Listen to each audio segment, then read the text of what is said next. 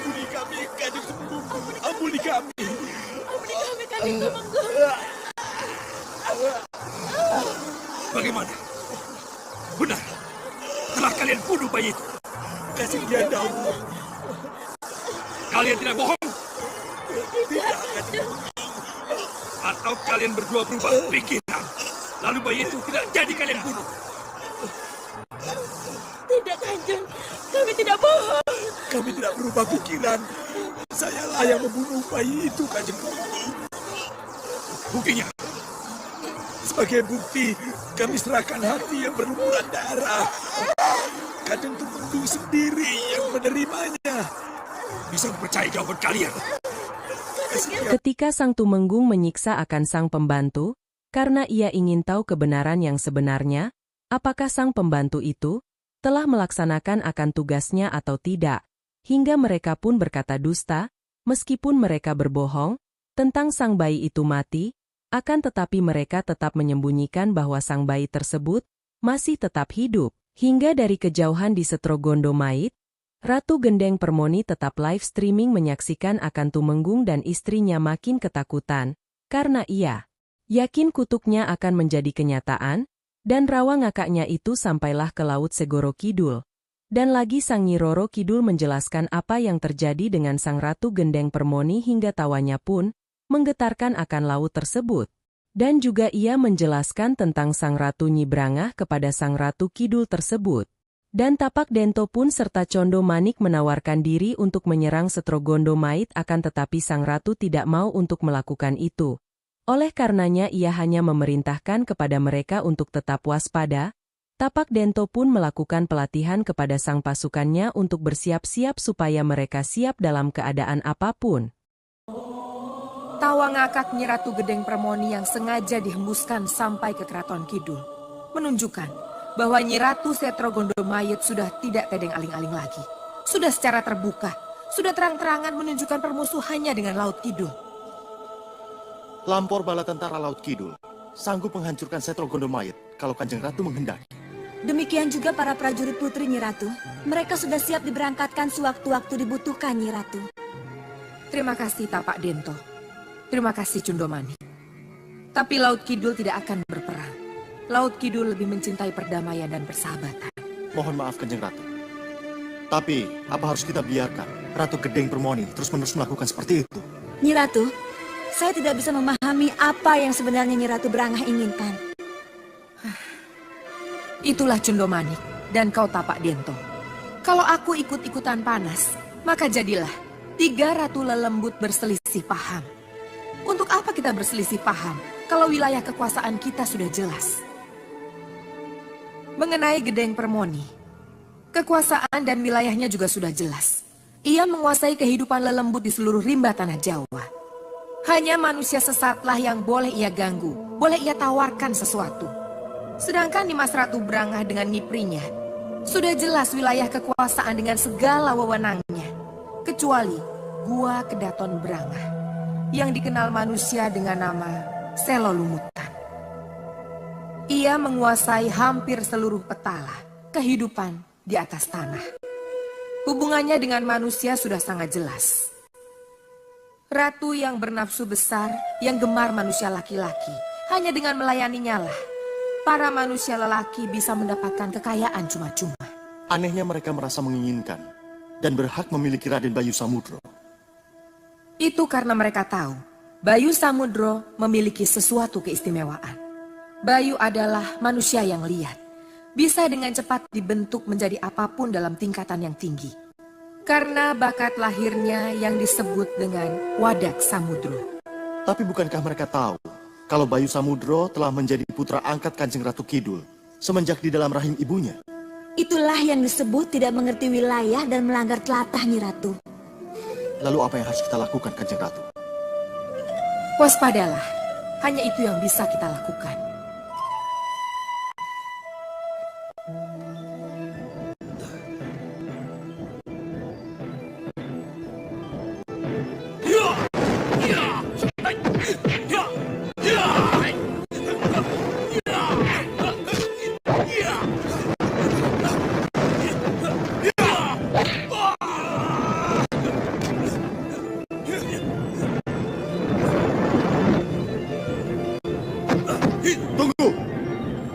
Gunakan senjata kalian.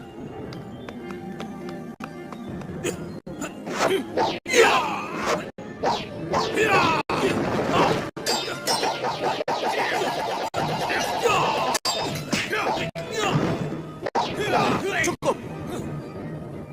Kanjeng Ratu pasti akan bangga melihat kehebatan kalian.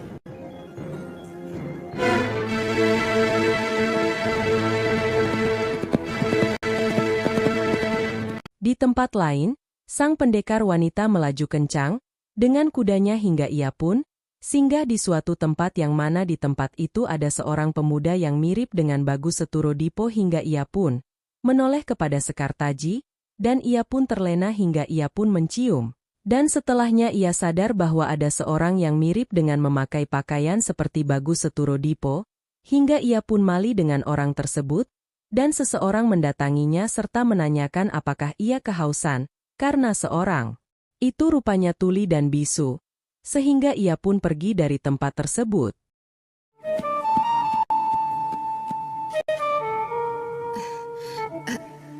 Bagus Seturodipo.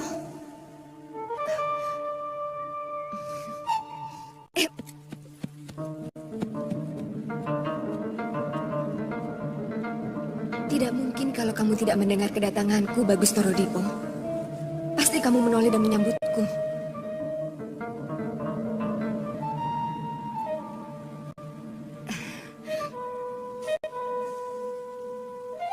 Sekartaji?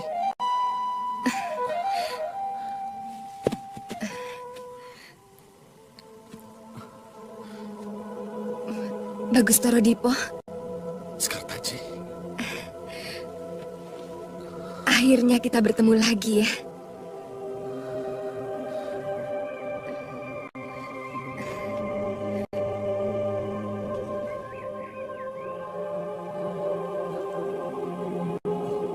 Kamu pasti haus. Kamu mau minum? Mau.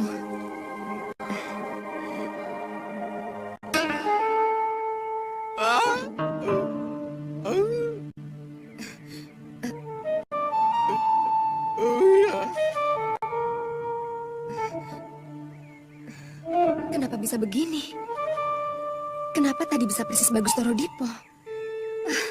Kelihatannya aku terlalu memikirkannya. Kenapa?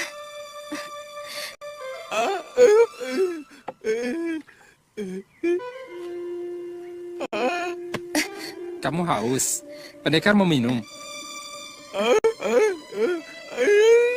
Dia tuli. Jadi dia tidak tahu kalau ada yang nunggu. Kamu mau minum?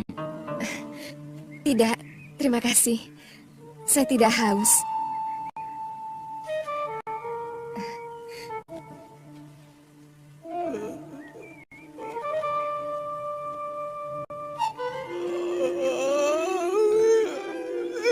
Iya, iya.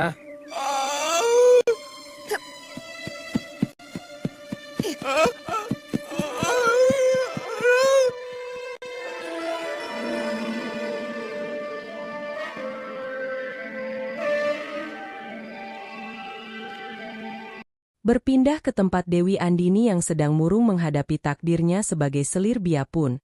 Sangat-sangatlah murung dan terpukul, hingga sang anaknya itu mendatangi dan menanyakan bahwa kenapa ia murung, hingga ia pun menjawab bahwa ini adalah kesempatan untuk merebut tahta Tumenggung karena ia pun sangat-sangatlah gembira mendengar jawaban dari sang anak tersebut, karena hanya sedikit sekali saingan untuk menuju puncak kejayaan dari Dewi Andini. Tidak, Raden. Apa perlu kita membangun seperti apa yang mereka bangun kalau kita sudah punya dalam ageng? Kenapa Raden berkata begitu? Seharusnya ibu tidak perlu khawatir. Dengan dibangunnya rumah besar di Gisikan, itu artinya Dewi Tantri dan Seto Satrio akan pindah dari Katumenggungan dan tinggal di rumah sendiri, Bu. Ini artinya ibu tinggal menghadapi Ibunda Ayuskarsari saja, Bu. Dan karena Ibunda Ayuskarsari belum tentu punya putra lagi, berarti peluang ibu untuk menggantikan kedudukan Ibunda Ayuskarsari kembali terbuka. Masalahnya sekarang hanya bagaimana mempercepat kepindahan mereka itu, Bu. Maksud Raden? Ya apalagi, Bu, kalau bukan mempercepat kepindahan Dewi Tantri dan Seto Satrio dari Katumenggungan ini, Bu. Jadi, apa yang harus kita lakukan? Yang harus kita lakukan Saya yakin ibu tentu lebih tahu dari saya. Baiklah, hanya Kanjeng Tumenggung yang bisa membantu memberikan jalan keluar. Besok Kanjeng Tumenggung ke Pantisari. Ibu akan cari kesempatan untuk bicara padanya. Baik, Bu.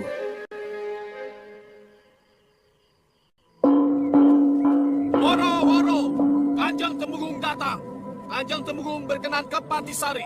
Para selir, para abdi diharap keluar dan menyambut Kanjeng Tumenggung.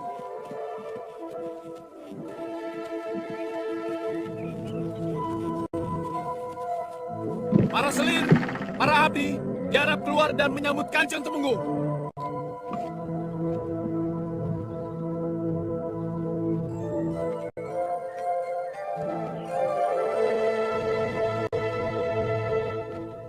Sin berpindah lagi ke tempat Dewi Ambarwati yang mana Sang Tumenggung mencari untuk menanyakan sesuatu, hingga sang pembantunya pun memberitahukan bahwa Sang Tumenggung ia sedang berlatih di halaman belakang, hingga sang pembantu memberitahukan bahwa Tumenggung sedang menuju ke tempat yang ia tempati, hingga ia pun berlatih dan Tumenggung datang ke sana hingga ia pun menjawab untuk menjaga diri dan romonya pun pergi dari tempat latihan tersebut.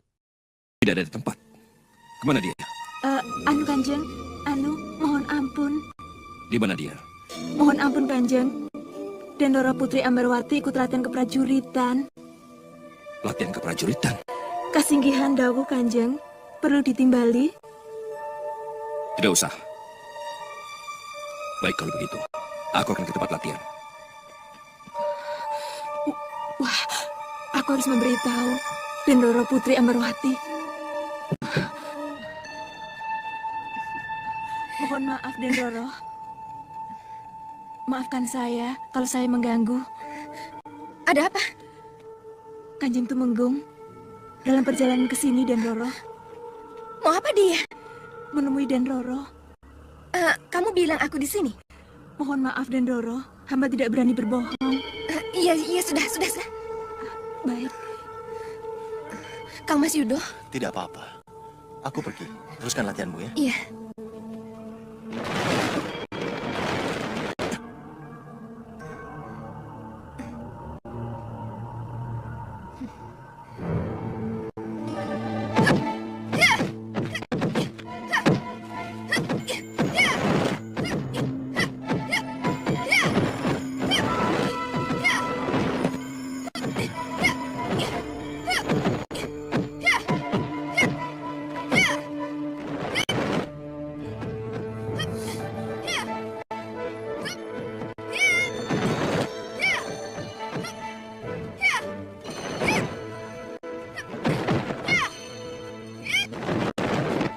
Ambarwati. Ramo Tumenggung? Sejak kapan kamu berlatih? Sejak ibu tidak ada, Romo. Buat apa? Kamu kan seorang putri. Untuk menjaga diri, Romo. Menjaga diri? Maaf, Romo. Saya tidak mau mengalami nasib seperti ibu saya. Dibunuh tanpa perlawanan. Dan sampai sekarang belum terbukti siapa pembunuh ibu saya. Oh. Apakah mungkin Ambarwati yang melakukan percobaan pembunuhan atas Ayu Sekarsari? Ataukah ada orang yang bersekongkol dengannya? Rasanya tidak mungkin. Dia berani berbuat itu terhadap romonya. Lalu sebenarnya untuk apa? Dia berlatih ilmu kanuragan.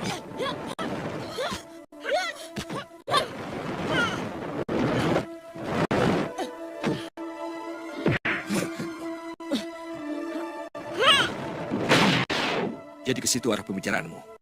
Itu pendirian saya, Romo. Tidak bisa berubah. Ambarwati. Kamu sangat mencintai ibumu. Boleh saya melanjutkan latihan, Romo? Ya, silakan. Tapi tidak untuk melawan Romo, kan?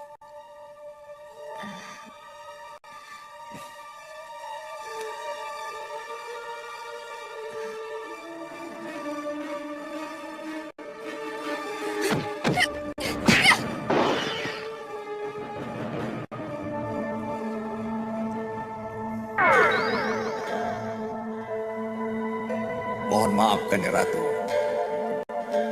Kelihatannya ada peristiwa penting yang harus Kanjeng Ratu lihat. Tunjukkan.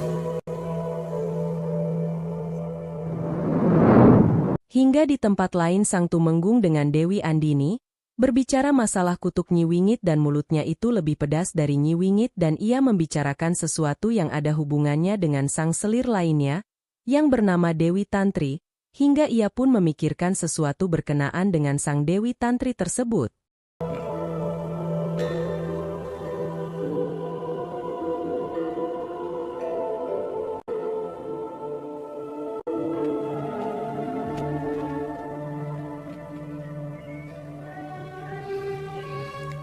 Maaf, memang harus sekarang Kanjeng Tumenggung.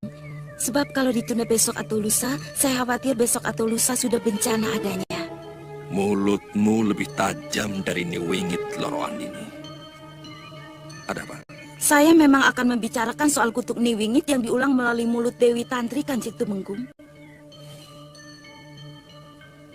Kamu mendengarnya?